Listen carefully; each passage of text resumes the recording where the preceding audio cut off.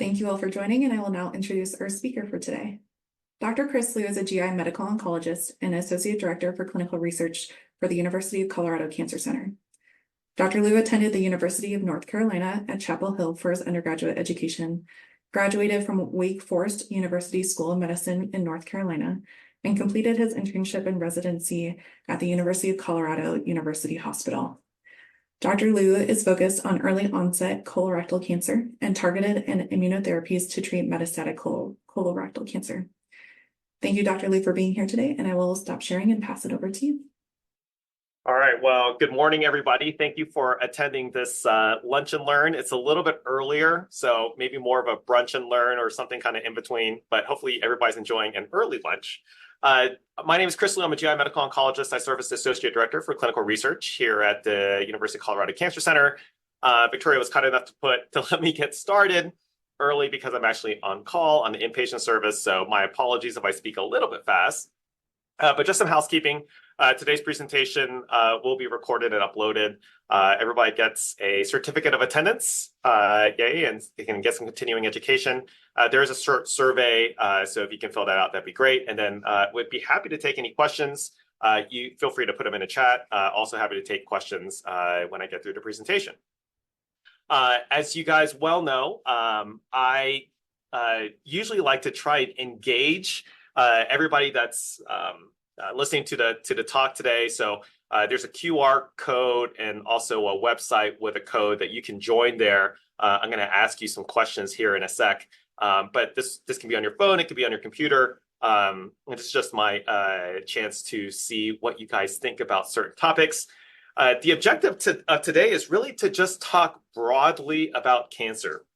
And you never know where you're going until you know where you've been. And so cancer has a long and storied history, and the treatment of cancer really is much more recent than you might imagine. So really the objectives over the next 45 minutes is to talk about where we've been. We've traditionally thought about this in terms of chemotherapy.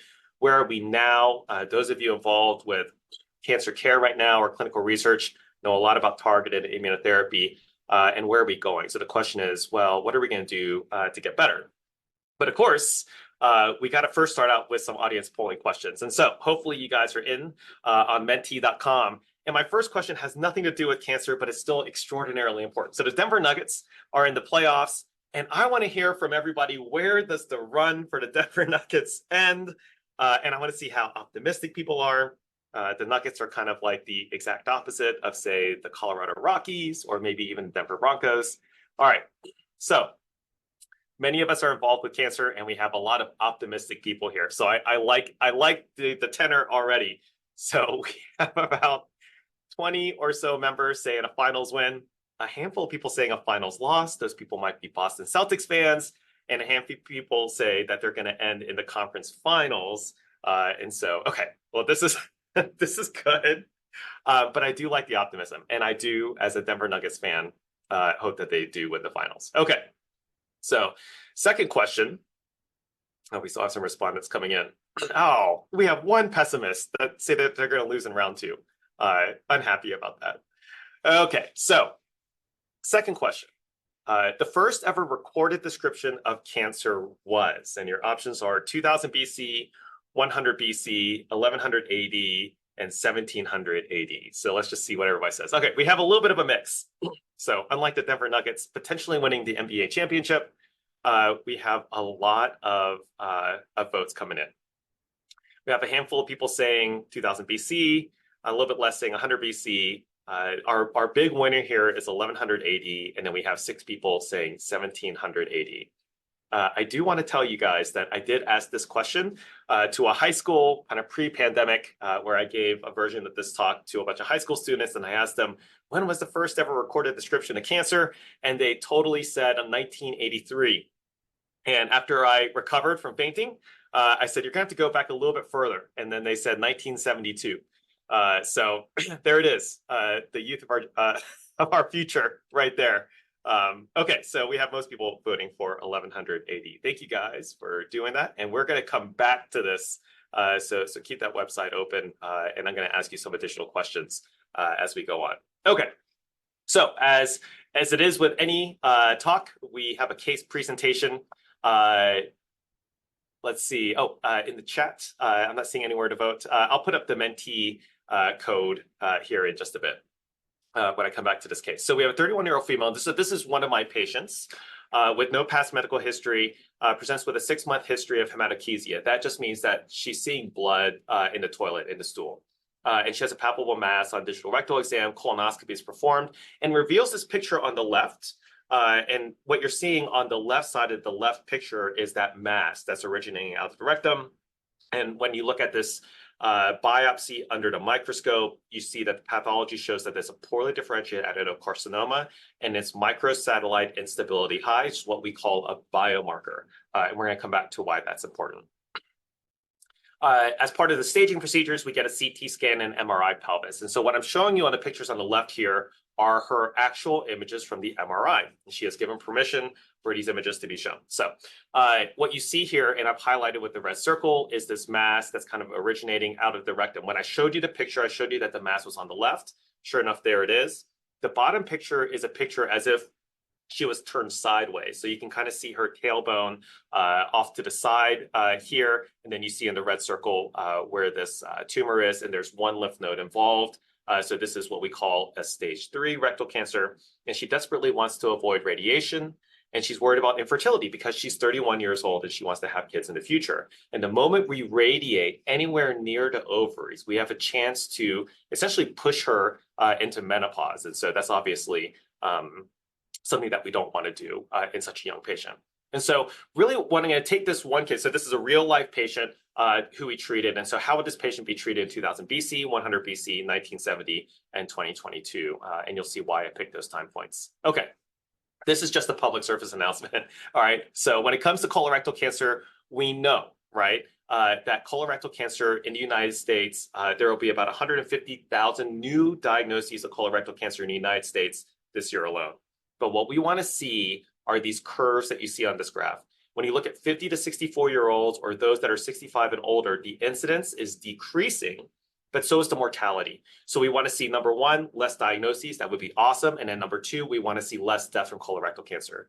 The other thing that I'm going to point you to here is that when you look at the top left curve here, at the 50 to 64-year-olds, in 2010, the curves are no longer actually decreasing, they're staying flat, which means that there's something even happening in our 50 to 64-year-olds where the incidence is no longer decreasing, it's kind of staying stable to actually potentially increasing over the last several years. So contrast that to what we see in our younger population. If you come to my clinic, you will see an incredible amount of young patients, and this is what scares me. And this is why this is a public service announcement, because I know many of you joining are very, very young, at least compared to me.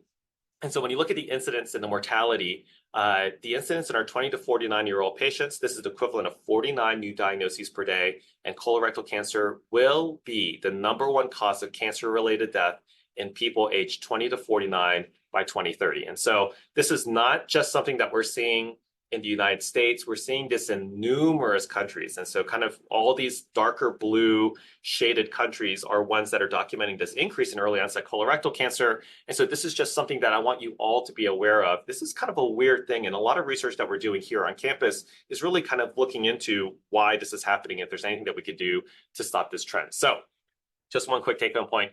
Incidence of colorectal cancer, particularly rectal cancer in young patients, is increasing. And what you're seeing here are some tables that basically say the longer it takes to diagnose the disease in younger patients, the higher your risk of having stage 4 cancer. So we want people to be aware of this, and we also need to kind of figure out why this is happening. All right, so going back to the topic at hand, and I apologize in advance for the sheer speed of this talk, because we're going to go through thousands of years of cancer history, and we're going to do it in roughly half an hour. So just bear with me. But luckily, a lot of these slides aren't as dense because there isn't as much to talk about in terms of cancer when we talk about 2000 BC. Okay. So one of my first questions for you guys was, when was the first ever description of cancer? And your options, right, were kind of in the BC/AD. I think we kind of more or less settled at 1100 AD, but it was actually 2625 BC.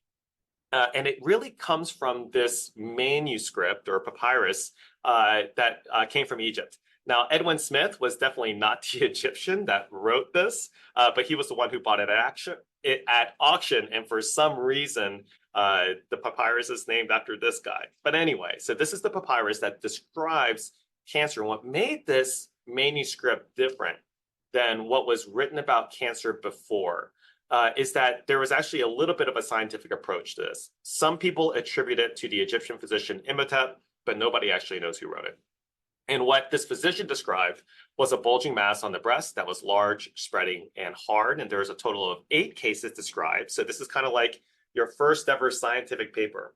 It was horribly treated with a cauterization technique with a tool known as the fire drill, which I've shown you a picture here on the right. And I think the idea here is that this was used to start fires. And so if you got this thing hot enough, you could just sit there and, burn that breast cancer, which sounds really awful. And interestingly, right, this physician wrote that the effective therapies, there is none. So we're going to go back to our case.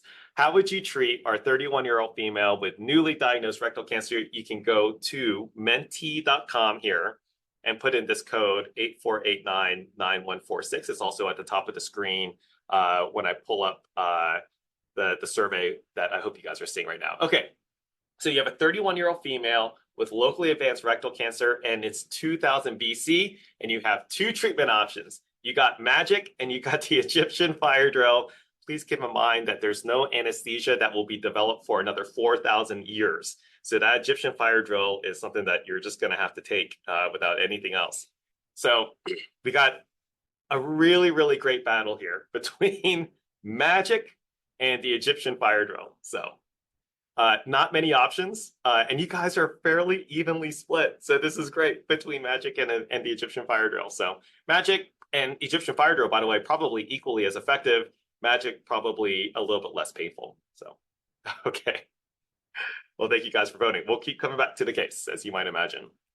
Okay, so 2000 BC, maybe we use magic, maybe we just try to burn it with the Egyptian fire drill. Either way, this patient, these patients aren't going to get much in terms of therapy for cancer. But first ever description of cancer sometime around 2600 BC.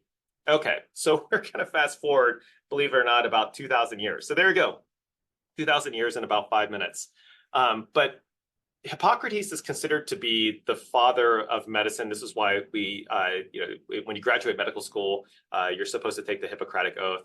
And he lived from 460 BC to 370 BC and described several kinds of cancer, referring to them with the Greek word carcinos. That's why we have the word carcinoma in our language. But it really just means crab. And the reason why there's this connection between crab and cancer is because when Hippocrates was observing the cut surface of a solid tumor, the veins that were stretched out on all sides look like a crab with its feet. And that's what you're kind of seeing on this picture on the right. But that is this connection between crab, carcinos, and why we call things carcinoma. It's because of just the appearance of the tumor. In terms of what causes cancer, all kinds of hypotheses came out around this time in terms of why people would develop cancer. Hippocrates based a lot of his scientific approach on this humoral theory and this idea that 4 humors could affect the health. So you had blood, phlegm, yellow bile, and black bile. And so this suggested that an imbalance of these humors with an excess of black bile could cause cancer. Why this is important is because, and why this is kind of interesting now, is because if your assumptions about how a cancer grows or develops is wrong, then obviously the way you would treat and think to treat cancer would also be incredibly wrong. But if these were the 4 humors that Hippocrates based his scientific theory on, then the treatment of cancer would be obviously to try and get rid of the black bile. So now you've advanced 2000 years in medicine and you're Hippocrates and you have this hypothesis about health on your right side. And so now we're going to go back to our polling and try to find out, well, based on the 4 humors, what are you going to do to treat our poor 31-year-old female with locally advanced rectal cancer? So your 3 options here, based off of the 4 humoral theories of cancer and black bile, is that you can choose bloodletting, surgery without anesthesia, or leeches. So We got some votes coming in, and it's again a pretty good mix. And these are all the things, honestly, that have been tried to cure cancer, obviously, even before the advent of anesthesia.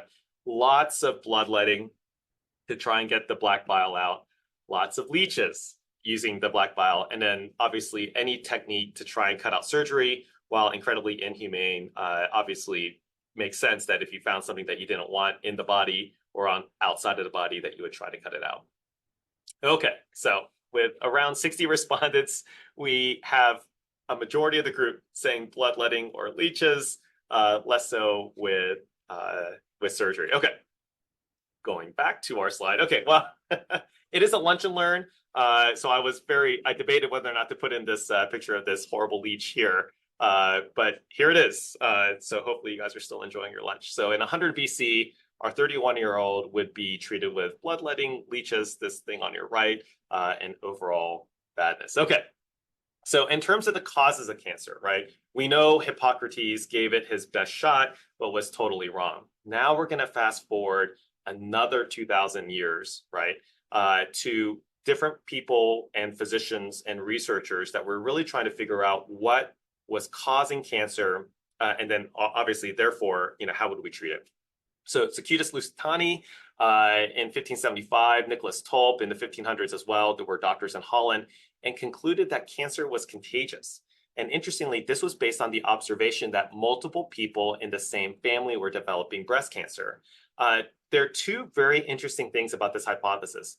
Number one, it obviously had an incredible impact on any patient diagnosed with cancer, because if people thought that cancer was contagious, then that meant that they couldn't exist in society. And so cancer hospitals were therefore really just kind of set out to the outskirts of the city. So number one, had obviously terrible impact on people that way. The second thing being, Lusitani and Tulp probably were observing a genetic predisposition to develop breast cancer. So these are probably the first ever doctors to really observe a BRCA mutation or a hereditary induced cause of cancer. They just didn't know it at the time, and obviously came to a really, really wrong conclusion. Scottish surgeon John Hunter in the 1700s suggested that some cancers might be cured with surgery. He was right, but of course it would take nearly 100 years later to develop anesthesia that would prompt, regular surgery for removable cancers that had not spread to other organs. Surgical anesthesia also really not utilized successfully until the mid-1800s and really truly towards the late 1800s. Virchow is considered the modern father of modern pathology, and his hypothesis was that growth could occur either in two ways. So instead of like magic, right, which is what we had talked about in 2000 BC, that Virchow had hypothesized that, listen, these cells and these growths could either happen by increasing cell size or increasing cell numbers. And he called this hyperplasia and hypertrophy. And he was actually completely right, that cancer was a disease of pathological hyperplasia. And I'm going to really kind of bring you more into the modern day now, is that we know that cancer has a lot of different external factors and internal factors. In terms of internal factors, we know that there's some genetic predisposition to cancer. We know that hormones can play a role. We know that decreased immunity can play a role in affecting the way normal cells repair DNA that's damaged, in terms of cells that die because they're supposed to die. We also know that there are external factors that impact the development of mutations and therefore cancer. We know tobacco, chemical, alcohol, radiation, viruses can all cause inflammation. When you cause increased cellular turnover, this can lead to more mutations. Lack of DNA repair may lead to the lack of apoptosis or programmed cell death. And when this happens and cells learn a way or figure out a way to just grow, proliferate, and spread without dying like they're supposed to, then you can have progression into a full-blown cancer. And over time, that cancer can then grow and spread to other organs. So that was kind of like the history of the description of cancer. But I want to actually move towards, what we're obviously trying to do in our clinics now, and that is to treat the cancer.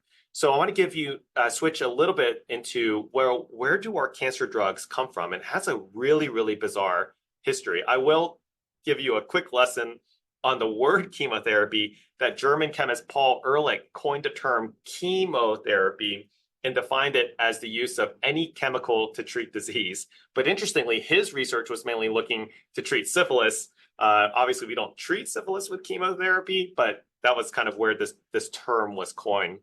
And of course, until the discovery of penicillin in the late 1920s, even the idea of treating any disease with drugs was honestly a really novel idea. But penicillin was really the start of using a drug to treat a disease. So I'm going to bring you now to 1943. So we've gone from 2600 BC now to 1943, and we're going to talk about World War II. So history of cancer, really, really bizarre. Now we're talking about world wars. And what you're looking at here is the German bombing at a port in Italy, in Bari.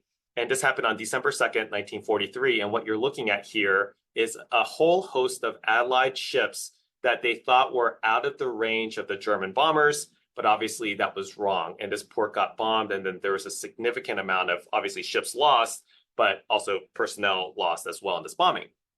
One of the ships that was bombed was the U.S. Liberty ship SS John Harvey, and this was carrying a secret load of 2,000 M47A1 mustard gas bombs. What you're looking at on your right is not only the bombs themselves, but actually that's the John Harvey on fire in that picture.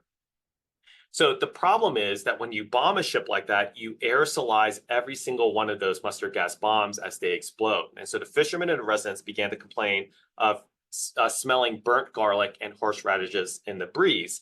And what was horrible and also interesting was that it wasn't just the people who died in the bombing, but there were thousands of servicemen and Italian civilians that lost their lives in the weeks following the bombing. And nobody really knew why, because nobody knew what was actually inside the John Harvey when it got bombed, because they were not supposed to have chemical weapons in World War II. So this was obviously a very illegal ship carrying a very illegal payload. And when that was all aerosolized, nobody knew what the heck was happening, but a lot of people passed away.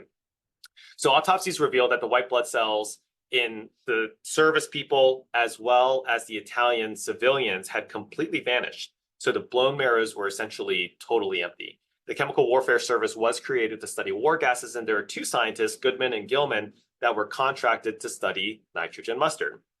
So these are the studies that they did. And so this was in the 1940s. There were animal studies. I'm going to call this the first ever preclinical trial where they injected nitrogen mustard intravenously into rabbits and mice. You can imagine what a preclinical protocol might have looked like in the 1940s, if there even was one.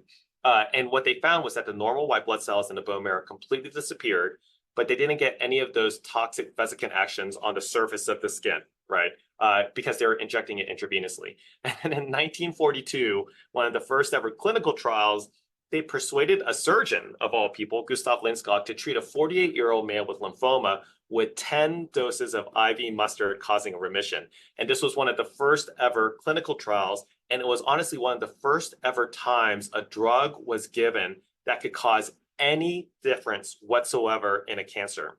What's also interesting about this is that Goodman and Gilman published their findings 4 years later in 1946, because all this information was embargoed because of the John Harvey being bombed and then all the loss of life. So it's a really, really kind of bizarre way that chemotherapy really started to enter into this idea of being able to treat cancer. But it's wild when you think about that this is, this poor 48-year-old guy is just now getting dosed with chemical weapons inside his vein, and they actually got a remission, which is pretty remarkable.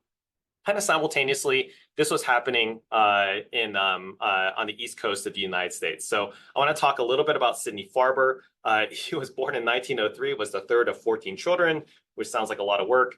He was a pediatric pathologist, but was tired of looking at things under the microscope. And in the 1940s, he saw an explosion of therapeutics to treat illnesses with the advent of penicillin. So he wanted to try and get into the clinical arena. So he made a change, right, in his career. And he was interested in developing an anti-leukemic drug to treat children with leukemia.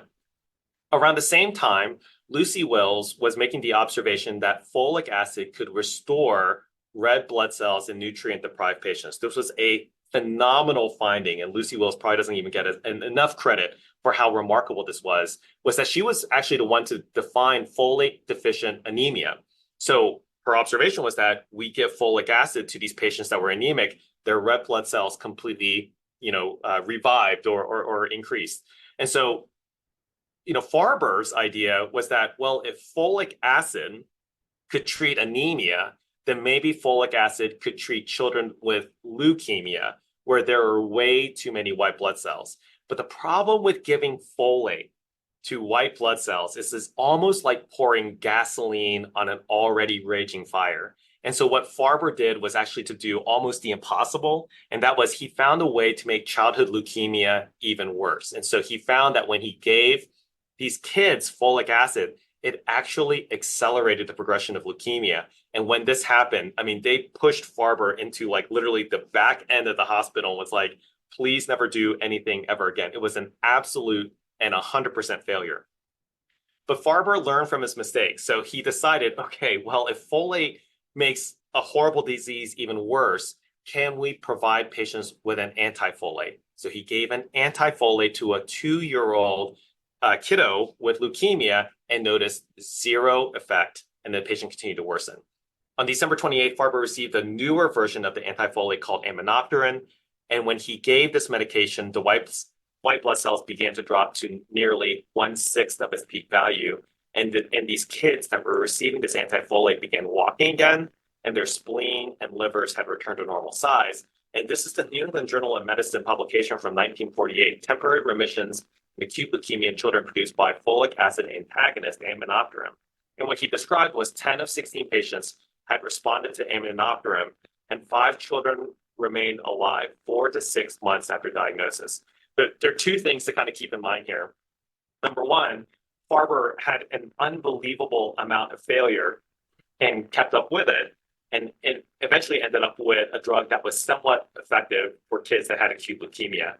The second thing being that when you think about 5 children remaining alive 4 to 6 months after diagnosis, that is an incredibly low bar. And I just want you to know, when you think about pediatric oncology now, over 90% of those patients will be cured. And so this is really not that long ago in 1948 that we went from 4 to 6 months to cure. And I think that's a pretty remarkable improvement.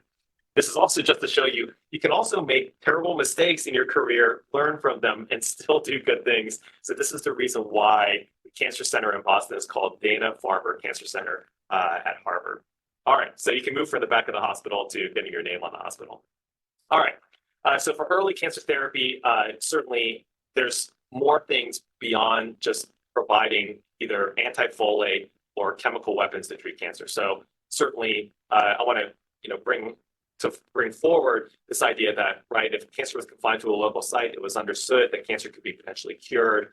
Halsted, famous surgeon at Johns Hopkins, pioneered a radical mastectomy in the 1890s. It's also important to understand the importance of radiation oncology. So the discovery of X-rays in the early 1900s did lead to radiation being used to kill tumors at local sites. And this was, of course, the birth of radiation oncology. And Emile Grouvet, the 21-year-old medical student, gave an elderly woman with breast cancer radiation using an improvised X-ray tube. Remarkable that this came from a medical student.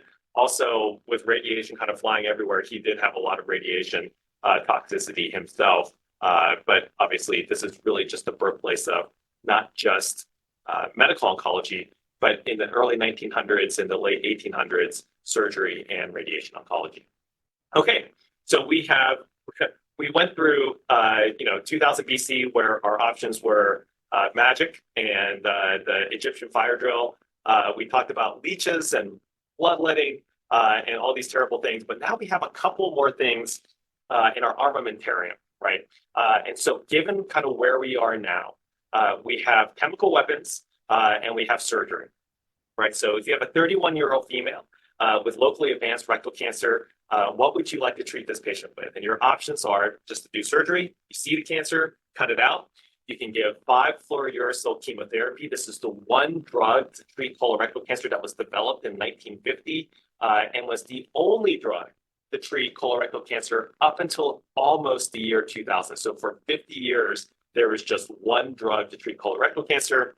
A vast majority of you want to do surgery with chemotherapy afterwards. And this really was the standard of care, essentially from 1950 all the way up to 2000. So kind of think about that. Just 20 years ago, you guys are selecting the absolute appropriate therapy, which is pretty remarkable.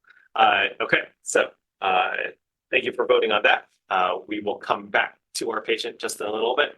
I will tell you in the 1970s, right, surgery would definitely be offered for this patient.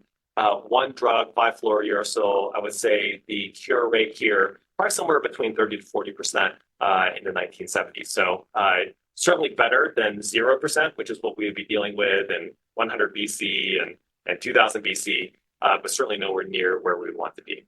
Okay, so that brings us after 30 minutes from 2600 BC to where we are now. And I just want to talk about, how our approach is to cancer therapy. What are some of the tools in our armamentarium that we have to fight cancer? And then we're going to close out with, where I hope we are going. So as it stands right now, there are 16 FDA-approved drugs for metastatic colorectal cancer. And at this time, there are a combination of cytotoxic chemotherapy, chemical warfare, right? We have to call it what it is, because these are drugs that essentially kill rapidly dividing cells through different mechanisms. And so you see the mechanism there on the column on your right. We are also lucky enough to have new biologics, targeted therapy, and even some immunotherapies that are approved for our patients with metastatic colorectal cancer. So there has been some progress, but I will tell you that GI cancers, for the most part, have lagged behind some other diseases like lung cancer and melanoma, and even like bladder cancer and some of the urologic cancers in terms of the use of targeted therapy and immunotherapy. But, it's better to go from one drug from 1950 to 2000 to now having 16 plus drugs for our patients with metastatic colorectal cancer. This is the ultimate problem that we're trying to solve here at the University of Colorado Cancer Center across the world. And that is, we need to get away from our traditional cancer treatment strategy of one size fits all. Every single, story that I've told you so far has really treated cancer as one entity with one treatment that's available, which makes sense, right? Because even the first ever drug given to treat cancer was really only about, like 70 years ago. But this is the problem. If we give a one-size-fits-all treatment to 5 of these patients, we should not be surprised when one of them has a wonderful response and then 4 of them do not have as good of a response, because they're all different. They all have different lifestyles. They've all had different environmental exposures. When you do genetic sequencing of their tumors, I guarantee you that every single one of these 5 patients are very, very different, even though they may be considered to have the same diagnosis of colorectal cancer. So can we personalize our therapy for patients with cancer? And I would say we'd have some moderate success with this. And I'll use BRAF inhibition in melanoma and also colorectal cancer as an example. So I was actually at MD Anderson with this drug, Plexicon 4032 or PLX 4032, was in phase 1 testing. The first ever time this drug, this oral inhibitor of BRAF, was given to these patients that had skin cancer. And what was remarkable was that even in this phase 1 study, for patients that had this particular mutation and had a drug that could hit this mutation, BRAF, they were having some pretty amazing responses. So this was published in 2011. This is a patient's PET scan on the left with tons of metastatic melanoma. That's what all these dark spots are. And you can see what that PET scan looks like after just 6 weeks of therapy. What does that look like in terms of the patient's skin? This is the patient on the left. You can see a lot of melanoma tumors just underneath the skin across the body after 6 weeks of a BRAF inhibitor to target this BRAF mutated melanoma. This is the exact same patient after 6 weeks. And this is a remarkable story and success of targeting the right mutation with the right drug. But the problem with this same patient was that after several months, this patient had recurrent growth of that tumor despite receiving the BRAF therapy. And so we know it worked amazingly well for a short amount of time. But what we're really looking for in cancer are durable responses. And what I mean by that is responses that last for an incredibly long time.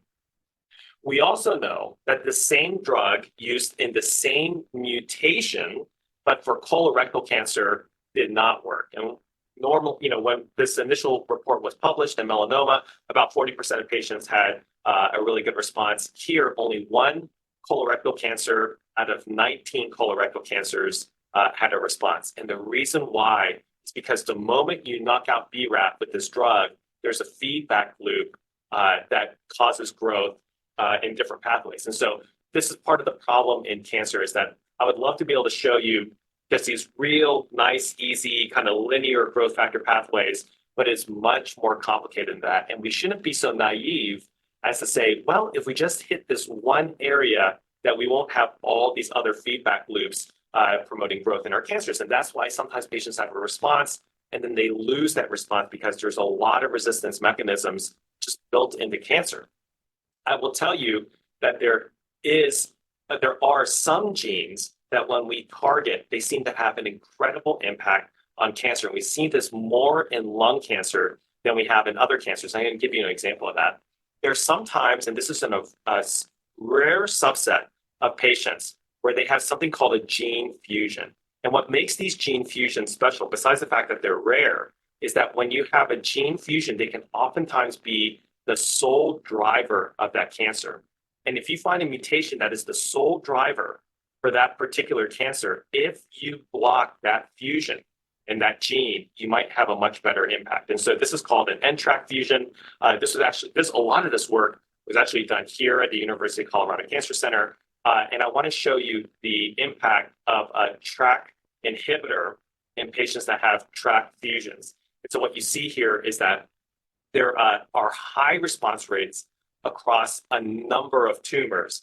And even though this is a relatively rare alteration in metastatic colorectal cancer, of all the patients that had this TRK fusion, 80% of them had a response rate. And interestingly, 16% had a complete response. And this is what you're looking for. These are waterfall plots of this drug in cancer in multiple tumor types. And what you're seeing here are these deep responses. That's what these bars kind of crossing into the negative zone are showing you, that these tumors, and in some cases, the tumors are completely no longer visible by CT imaging.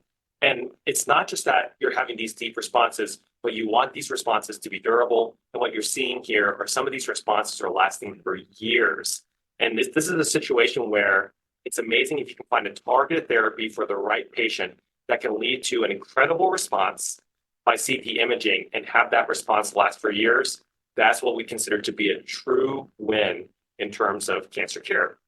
What about immunotherapy? You guys have heard a lot about this. One of the hallmarks of cancer is the ability of cancer to evade immune destruction. Cancer should be killed by your immune system, but has found a way to evade the immune system. And so many of the drugs that have been developed in this space are really doing something that's actually very, very simple. There are receptors on the T cells, your immune cells, and the tumor cells. And when that connection is made between PD-L1 and PD-1, it is a stop sign for the T cell. It's a don't eat me signal. If you have an antibody that can block the interaction between the T cell and the tumor cell, you can turn that T cell on. And it's just a very, very simple thing. You just create a go sign by stopping the stop sign. I want to bring us back to our young patient with rectal cancer. MSI high is a biomarker in colorectal cancer where what we call DNA mismatch repair, or the spell checker in our DNA, is broken. Why this is important is because if a tumor is MSI high or deficient in mismatch repair, it has 1,700 mutations versus the normal 30 to 50 mutations in a typical colorectal cancer. Why this is important is because you can actually see T cells or lymphocytes infiltrating into the tumor. They're just turned off. So what happens if a tumor has a bunch of immune cells inside of it, but they're just turned off, and you have a drug that can turn them on? And this is clinical trial data from immunotherapy versus chemotherapy in this subset of patients with MSI high colorectal cancer. This is only 4% of our population, but this is critically important. Why? Because when you give immunotherapy instead of chemotherapy, the patients do much, much better. And the important thing that I want you to take away from this curve is not only is that green curve, immunotherapy, much higher than the burgundy curve, which is chemotherapy, but there's some patients that are clearly having a massively durable response for over 5 years, just being on immunotherapy as opposed to chemotherapy. So in 1970, or I would say actually even in 2010, this was the snapshot of molecularly directed therapy for metastatic colorectal cancer. So this is about 10 years ago. Now, this is the molecular-based therapy for metastatic colorectal cancer. And there are two take-home messages here. You're chipping away at the pie by offering targeted therapies to these smaller subsets of patients. And when you do that, you're adding up to a bigger portion of that pie. But the second take-home point is that there's still a good amount of patients here who cannot receive biomarker-directed therapy. So we want to chop up this pie even more. And that's a lot of the research that's ongoing here at the University of Colorado and across, of course, across the world. So to go back to our 30-year-old with MSI-high rectal cancer, we have the staging. We know it's stage 3. We know that the patient wants to avoid radiation and she's worried about infertility. And we also know that she's MSI high. This is the group that we know immunotherapy works better. But I will tell you, at the time that we treated our patient, we did not have that data that I just showed you. We're going to go back to our polling, and now we'll just say 2020, right, or 2022, we have our 31-year-old female with locally advanced rectal cancer. The current standard of care for our patients is to start with chemoradiation therapy. And I'm going to ask you guys, you can start with chemoradiation therapy, which is the standard of care, but not necessarily within her goals of care. We can give chemotherapy, therefore not giving her radiation, but giving her some type of anti-cancer therapy. We could just move straight to surgery now, or we can give her immunotherapy. All right, we have some respondents here with a vast majority of you guys giving immunotherapy. Okay, this is good. A couple people want to give chemotherapy, a couple people want to give surgery. Okay, so let's see what we did. So at the time, we didn't have the data that we have now on immunotherapy. And so the standard of care was actually to start with chemoradiation. That was the recommendation, but our patient is 31 years old. She doesn't want to risk not having kids in the future, so she wanted to avoid radiation. So we started with standard of care chemotherapy. It's a one-size-fits-all treatment. We give FOLFOX chemotherapy. That's a 2-drug regimen that's given IV. The CT scan at 2 months reveals a new liver lesion and no response in the primary tumor. So she's completely unresponsive to chemotherapy. She now has stage 4 rectal cancer. And so we sit in the room now and say, okay, now we see a liver lesion. Your tumor also in the rectum has not responded.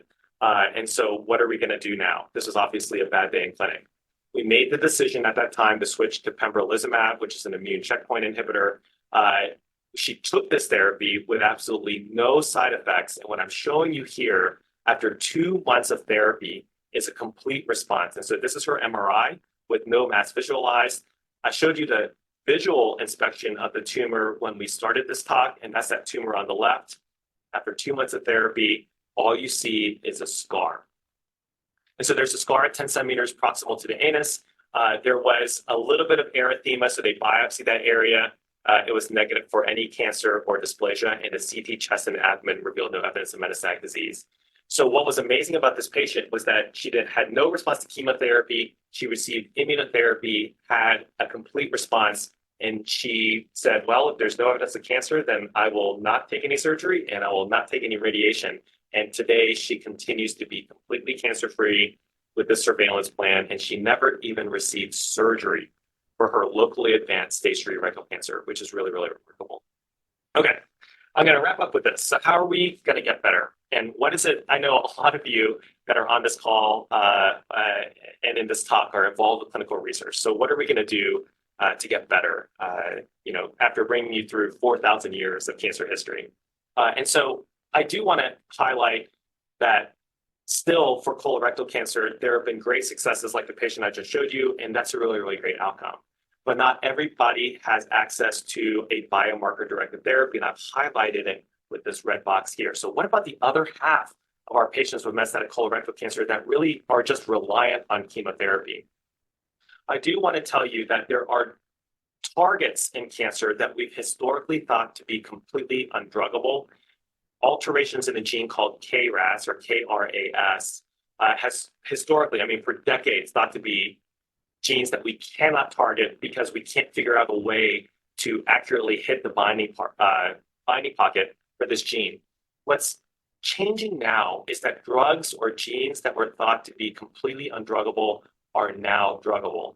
And there's an isoform of KRAS mutation called KRAS G12C that drugs can actually fit into the binding pocket and competitively inhibit these genes. And what you're seeing here is promising activity in metastatic colorectal cancer of a KRAS G12C inhibitor in combination with an additional targeted therapy. This is where artificial intelligence and machine learning will likely make a huge difference in terms of how we develop drugs. Is there a way for a computer to be able to figure out how to get drugs into the binding pocket to better target cancer? And I think that this is a really, really evolving field that we're going to see over the next couple of years. What about better immune therapies? Many of you are now involved with designing T cells to fight cancer. It's one thing to just flip a switch and turn the immune system on. That's what pembrolizumab does. That's what our patient received. How much better would it be if we start at the bottom left-hand corner of this figure, take T cells out of the body, reprogram them and engineer them to target the cancer, and then re-inject them into the body? And that's exactly what has happened now with approved therapies in heme malignancies and even melanoma. But now we're starting to do this now in colorectal cancer, in ovarian cancer, and lung cancer. You're going to see more and more of these therapies designing T cells to fight cancer. And it's a really unbelievable time in medicine to kind of see this type of technology to go from the fire drill to genetically engineering T cells and getting those T cells to fight cancer.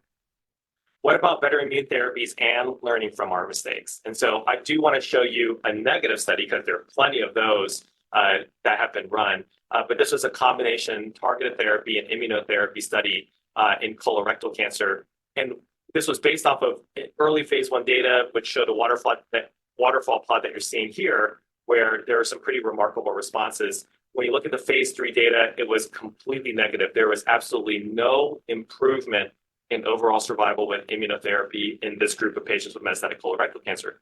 So this is a negative study. The company gives up on the combination. There are no further publications on the regimen or any biomarkers of response. And I would say, millions were poured into this study and absolutely nothing was learned. I will also make the point that publishing negative results also helps. It's simply put, we need more honesty in science. Even when studies and experiments are negative, it's extraordinarily important to learn from your mistakes. I showed you the story of Sidney Farber, who learned from his mistakes and obviously changed the field of cancer medicine. Why is it important to do investigator-initiated trials? Because we also did a study of targeted therapy with immunotherapy in patients with metastatic colorectal cancer and somewhat similar results, right? We had to the phase 1 study of immunotherapy and targeted therapy. We had a lot of patients that had stable disease. That's good. We had some patients that didn't respond at all. That's the blue bars. That's bad. We had some patients that had really, really good responses to immunotherapy and targeted therapy. The important thing here is that biopsies were mandated on the study. So it's not just good enough to give patients the drugs. We want to do that. That's great, hope and promise for our patients that are on clinical trials, but we've got to learn something too. And so one of the things that I'm sure you all wonder is, why do we require biopsies on some of these studies? And the reason why is because we can take those biopsies and it's an opportunity to learn from our mistakes. Why did not everybody respond to the drug? We saw that there was an increase in this biomarker TIGIT in the patients that were not responding to the therapy. So by doing the biopsies, we can take it back to the lab. We call this bedside back to bench, right? And then from there, we can design an even better study. And so the next study will be, which will also be an investigator-initiated trial being run here at University of Colorado. We'll look at TIGIT inhibitors in combination with targeted therapy and immunotherapy. And this is a trial that's going to be run by Dr. Hannah Robinson and Dr. Lindsay Davis. And then how are we going to get better in terms of curing cancer? Well, we've got to find better ways to prevent cancer. I want to show you screening rates across the United States for colorectal cancer. We want these percentages to be over 80%, and they're nowhere near 80%. They're around 63% for colorectal cancer screening. We know that there are differences and disparities in terms of colorectal cancer screening by race and ethnicity. Interestingly, the biggest predictor of whether or not you're going to get screened for colorectal cancer is whether you're insured or uninsured. But I want to, and you had a great talk from Marie Wood about these multi-cancer early detection tests. We know that tumors release something called circulating tumor DNA into the bloodstream. This is a fraction of all the cell-free DNA, but what's different now is the technology allows us to be able to detect circulating tumor DNA in the bloodstream. There are companies now that can look for these patterns of circulating tumor DNA and try to predict where a cancer is coming from. What you're going to see now, starting like now into the future, are these blood tests that look for multiple cancers. I will tell you that these blood tests do a good job with some cancers. There are blood tests that do not as good of a job with some cancers. And that's what you're seeing here from left to the right. You're looking at sensitivities of this test for, say, colorectal cancer versus thyroid cancer. But these tests are now coming onto the market, and you can actually order a blood test now to look for cancer simply by just drawing a vial of blood. And this is going to be something that you're going to see more and more of over the next coming years. We're also using this technology to guide treatment therapy for stage 3 colon cancer. And so this is a study using that same technology in the GI team. And then finally, I'll wrap up with this. I mean, how are we going to pay for it? 5-fluorouracil, that one solitary drug to treat colorectal cancer, costs $6 every time we give it. That is unbelievably cheap. Compare that to pembrolizumab. That is almost $10,000 every time we break open a vial of pembrolizumab. So this is an unbelievably expensive endeavor to treat cancer. And it's something that we certainly have to kind of keep in mind. So I'll close up with this. Thank you guys for taking the time to go through all these slides, and I'm happy to take any questions. But certainly, you know, the thought and hypothesis of how cancer develops to the diagnosis of that, to the treatment of that has changed dramatically. And when you look at the last 10 to 15 years, it's remarkable the pace of drug development, the pace of diagnostic development, thinking about diagnosing cancers with a blood test. And it's a field that's moving incredibly fast. And it's hard to keep up. Curing cancer will take complete and full knowledge of the human biology and environmental factors and their impact of cells. And I've put in this quote from Donald Rumsfeld about who used to be the Secretary of Defense. And he actually said this in a press conference. And this is really just a completely almost incomprehensible statement. There are known knowns. There are things we know that we know. There are known unknowns. That is to say, there are things that we know that we don't know. But there are also unknown unknowns. There are things that we don't know, And this is just a really bizarre way of saying, even with cancer, there are still things that we don't know. And so this is an incredibly complex field. And it's the reason why there's just so much cancer research ongoing right now. Multidisciplinary care is saving lives. It's important for all of us to work really, really well together. Some of this is this interaction between the basic science that happens here on campus and the clinical investigation, and to be able to bring the basic science into patients. We call that translational research, but it's also important to get these samples back into the lab, study what went wrong, and figure out how we can be better. And then we obviously have to improve access to care. This is one of the main things that we've worked on the hospital side, is just to get people financial assistance so they can seek care here. We need affordable drugs. We need to make sure that the clinical trials and the patients that we enroll in the clinical trials, represent our population. And that means both in terms of race and ethnicity, as well as socioeconomic factors as well. So we want to be able to make sure that not only are our care and our clinical trials available to everybody, but that everybody can also access them as well. And I know we have a couple of minutes left, so I'll take the opportunity in my other role as the Associate Director for Clinical Research just to tell many of you thank you, right? I will tell you that clinical research over the last 3 years has been the most challenging thing and time that I think we've ever encountered. And I will tell you that many of you have been here for several years. Some of you are newly hired.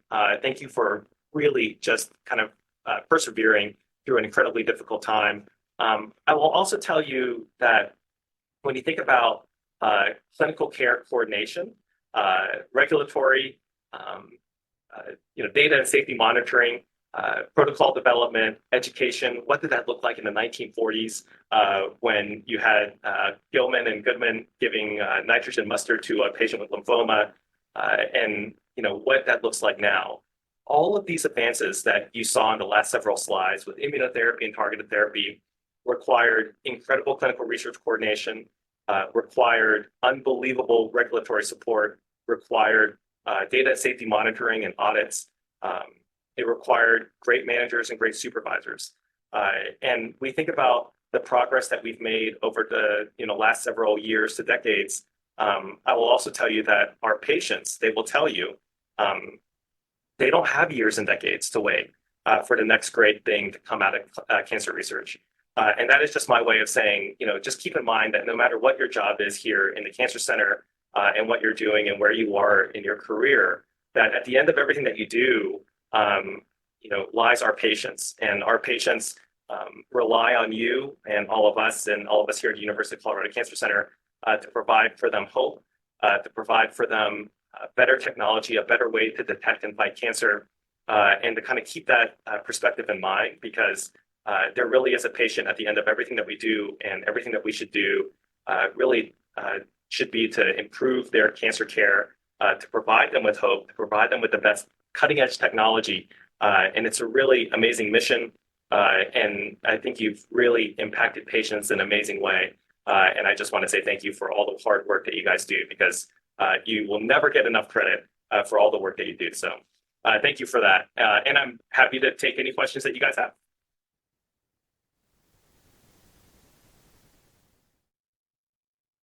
Thanks, Dr. Lieu. There is a few questions in the chat.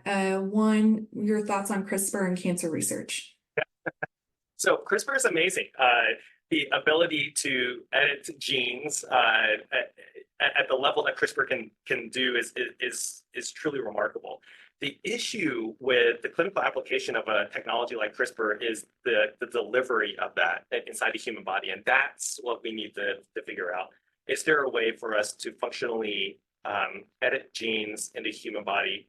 Number one, it's hard to do that because a lot of the things that we put into our body get rapidly either destroyed or metabolized by the body. And so it's hard to get that type of technology into cells. And there's been a lot of work on this, including nanoparticle work. And I can't tell you that I'm an expert in it, but some of it is really just going to be application. The technology itself is absolutely incredible and has incredible potential, but it is the ability to get that into the body that's been tricky, I will say.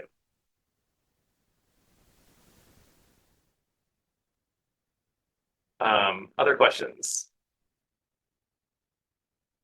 So Tim wants to know about the speed of the increase in cancer technology. And I think that I wanted to highlight really the latest two things, and that is the utilization of the body's immune system to fight cancer. CAR T is one of the most revolutionary treatments in cancer, but there are two main issues with manipulating the immune system. And that is, number one, the toxicity from it, right? Our body's immune system is held in check for a reason. And when you put the body's immune system into overdrive, that can be dangerous. The second thing is cost and resources. Those of you that are involved with this type of research understand how hard it is, not only on patients, but on the entire system to be able to take care of these patients. And the cost of it, CAR T costs like $250,000 per patient. And so some of this has to be scaled and understood a lot better, but it is exciting. And then the second thing is just the detection of cancer. If you found every cancer as stage 1, your cure rates would be higher than 95%. And so if you can start to detect cancer at an early stage, I'll be out of a job, and that would be really, really wonderful.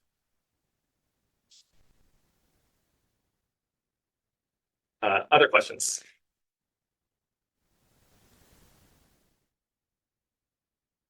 I see another one. Are there any investigations involving sequential therapies to address the shunting pathways in cancer that you spoke about earlier? Yeah, so one of the issues that we have in cancer is that we give a drug to target a pathway, and that works for 4 months, and then the cancer grows. And so some of this is, there are kind of 3 strategies that I envision.